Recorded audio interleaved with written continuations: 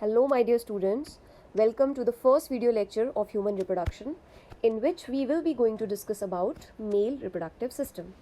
My dear students, can you tell me what are the organs included in male reproductive system? Can anyone tell me? Okay, there are majorly two types of organs included in male reproductive system. That is primary reproductive organ.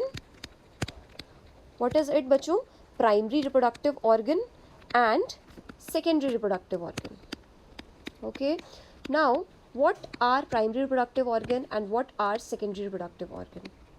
Okay, so there must be some criteria on the basis of which you will keep some organs in primary one and some organs in the secondary one. Now can you tell me what is the example of primary reproductive organ? The answer is testis. Why are we keeping testis in primary reproductive organ, my dear students? Because there are some major functions performed by testis. What are those? बच्चों testis में दो main functions होते हैं. पहला, mails के अंदर जो gamete का फॉर्मेशन होता है, ठीक है, गैमीट का प्रोडक्शन जो होता है वो टेस्टिस के अंदर होता है. गैमीट मेल के कौन से होते हैं बच्चों? स्पर्म होते हैं. सो इस प्रोसेस को हम क्या कह सकते हैं? Process of formation of sperm is spermatogenesis that is occurring in testis.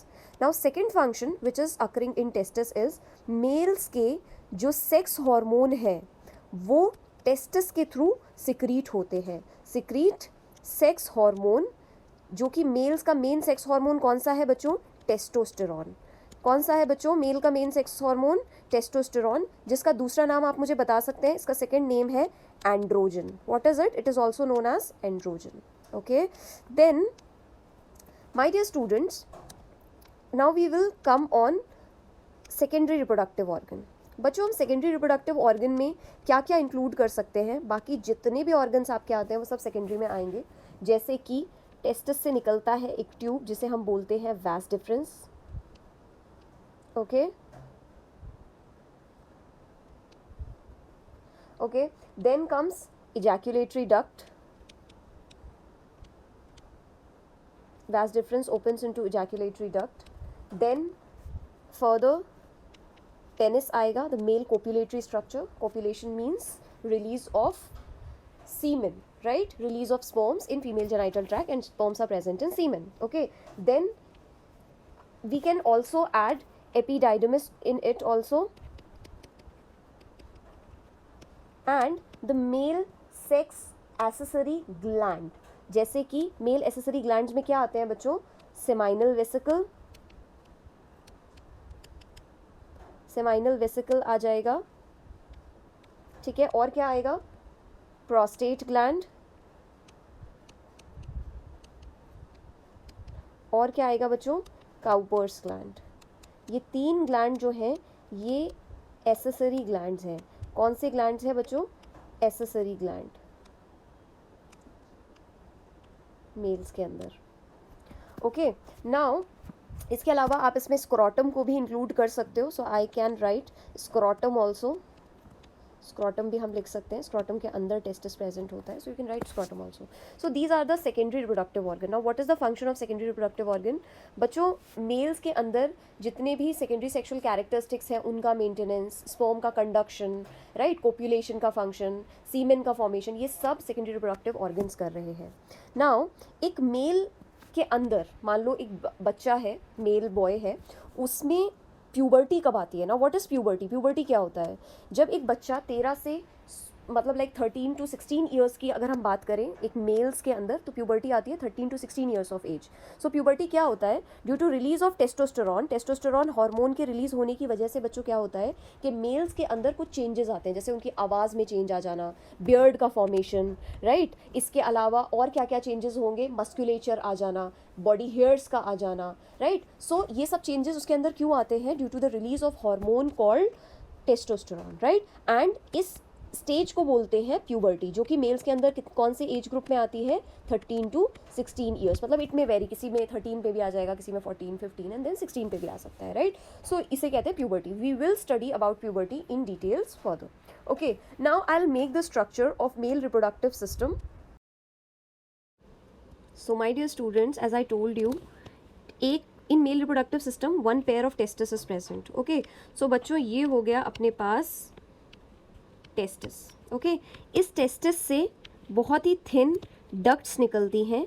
In ducts को क्या बोला जाता है बच्चों? इन डक्ट्स को बोला जाता है वैसा एफरेंशिया. क्या बोलते हैं बच्चों इनको?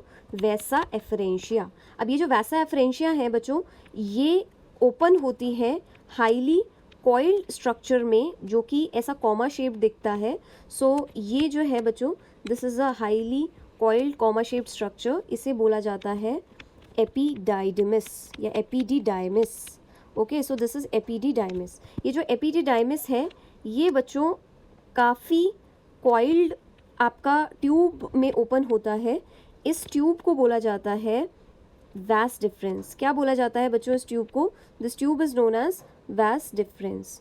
सो epididymis opens into vasa difference, or you can say vas difference. So let me make the other one also.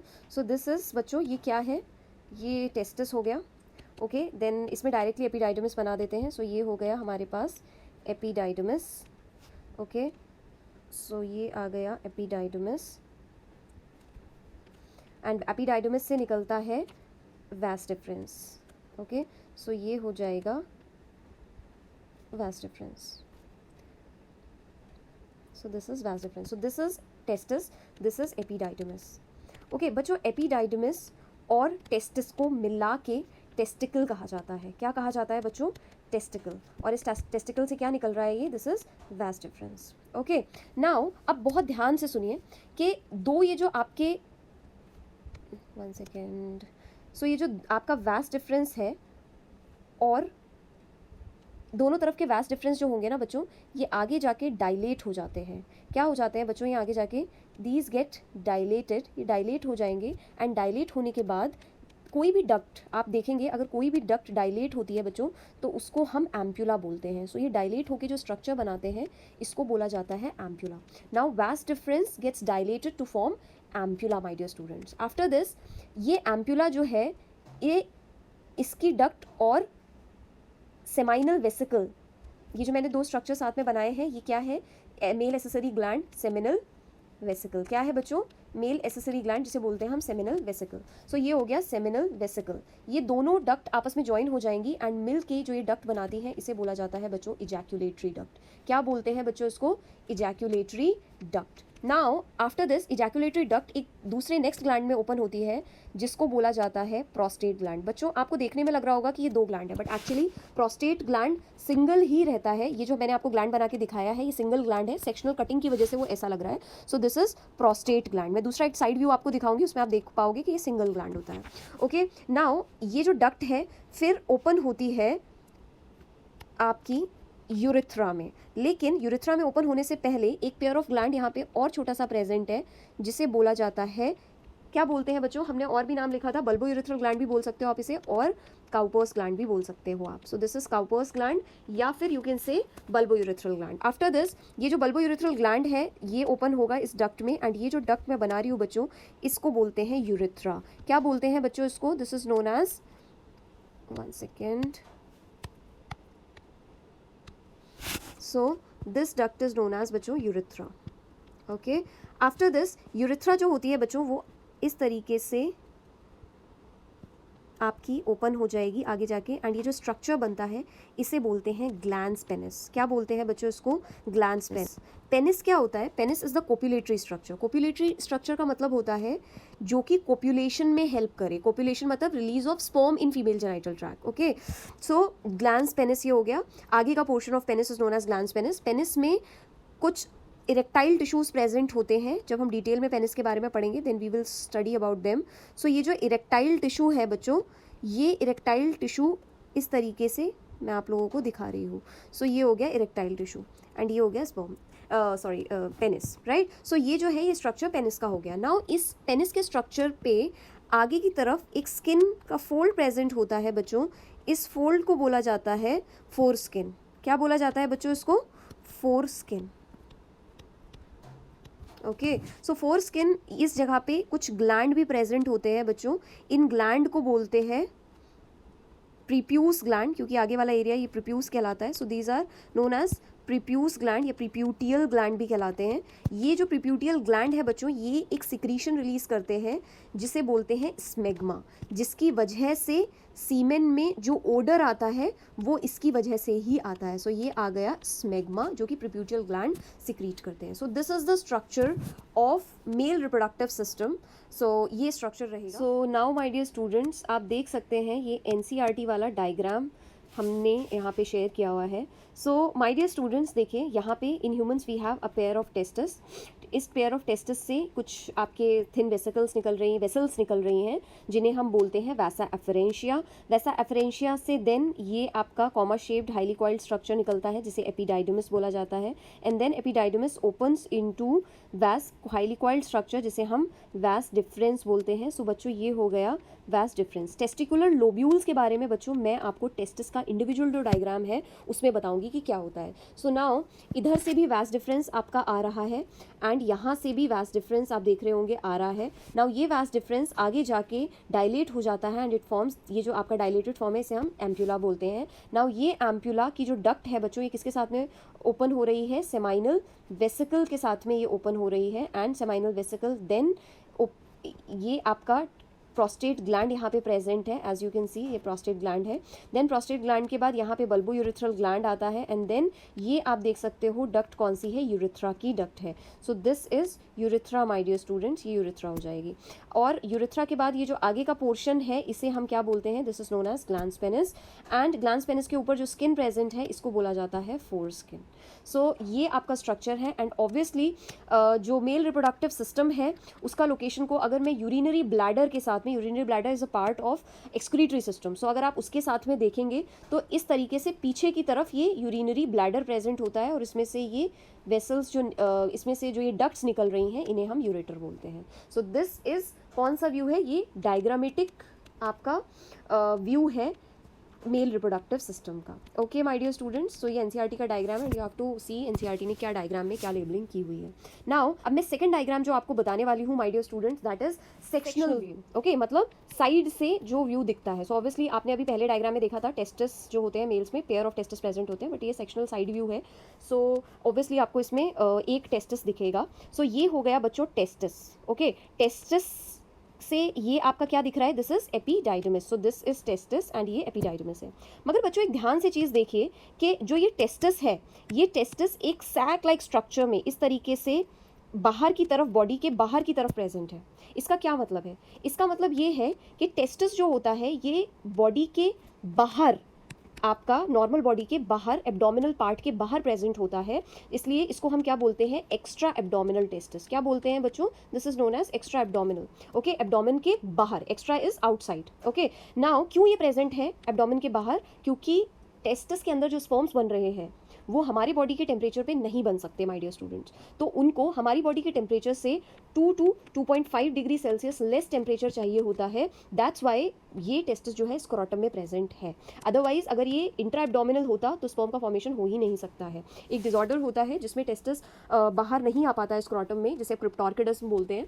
सो उस केस में मेल के गैमीट फॉर्मेशन में सिंथेसिस कम हो सकता है, या लेस हो सकता है, या फिर बिल्कुल नहीं भी हो सकता है। So that is a problem. Okay, so मैं ये सब चीज़ें आपको आगे डिटेल में थ्योरी पार्ट में बताने वाली हूँ। सो माय डियर स्टूडेंट्स, अभी तक हमने क्या डिस्कस किया है कि ये हमारे पास टेस्टिस है, ये एपिडाइडमिस प्रेजेंट है। एपिडाइडमिस से बच्चों निकलती हुई एक डक्ट है जिस डक्ट को बोला जाता है, क्विकली टेल मी बच्चों, what is this? This is known as vas deferens. क्या है बच्चों? ये वैस डिफरेंस। नाउ वैस डिफरेंस आगे जाके डायलेट हो जाती है एंड डायलेट होने के बाद आपको दिख रहा है ये किस में ओपन हो गई है?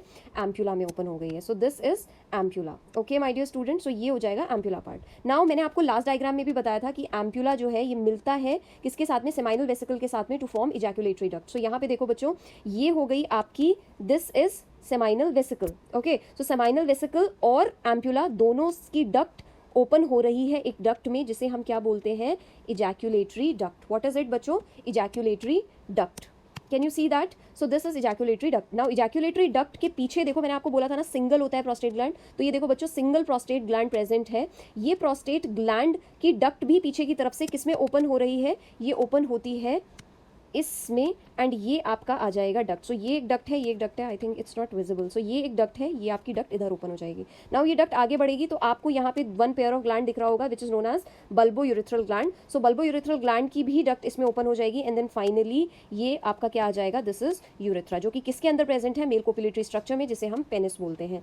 पेनिस का आगे वाला पार्ट को क्या बोला जाता है बच्चों, ग्लैंस पेनिस बोला जाता है. इसके ऊपर जो स्किन प्रेजेंट होती है उसको हम फोर स्किन कहते हैं. नाउ आप लोग एक चीज और ध्यान से देखिए कि मेल्स के अंदर यूरिन जहाँ से पास आउट हो रही है यूरेथ्रा से, वहीं से ही स्पर्म्स भी पास आउट हो रहे हैं. स्पर्म्स पास आउट होते हैं थ्रू सीमेन, राइट. ऐसा कैसे पॉसिबल है, ऐसा ऐसे पॉसिबल है बच्चों. ये देखो यूरिनरी ब्लैडर आपको दिख रहा है, राइट. सो यूरिनरी ब्लैडर से आने वाली डक्ट और स्पर्म्स जो एम्प्यूला के थ्रू आ रहे हैं प्लस सेमिनल वेसिकल जो आ रहा है, ये सब एक ही डक्ट में आगे मिल जाती है. समझ आ रहा है. सो ये एक ही डक्ट में आगे मिल जाती है. सो स्पर्म, यूरिन सब इस डक्ट के थ्रू फ्लो होगी. ऐसे समझ आया. सो बच्चों इस वजह से हम मेल्स के केस में बोलते हैं यूरिनोजेनाइटल डक्ट, राइट. सो इसको क्या बोला जाता है, यूरिनोजेनाइटल डक्ट, बिकॉज इस सेम डक्ट के थ्रू यूरिन भी पास आउट हो रही है और आपका क्या चीज़ पास आउट हो रही है, स्पर्म्स या आप बोल सकते हो जो कि स्पर्म सीमेन के अंदर प्रेजेंट है वो भी पास आउट हो रहे हैं. Got it. सो ये कौन सा व्यू है बच्चों, ये साइड व्यू या आप इसे सेक्शनल व्यू कह सकते हैं मेल रिप्रोडक्टिव सिस्टम का है. Now from the next video मैं जितना भी मैंने आपको पार्ट पढ़ाया है इसको, इसका थ्योरेटिकल पार्ट मैं आपको बताने वाली हूँ.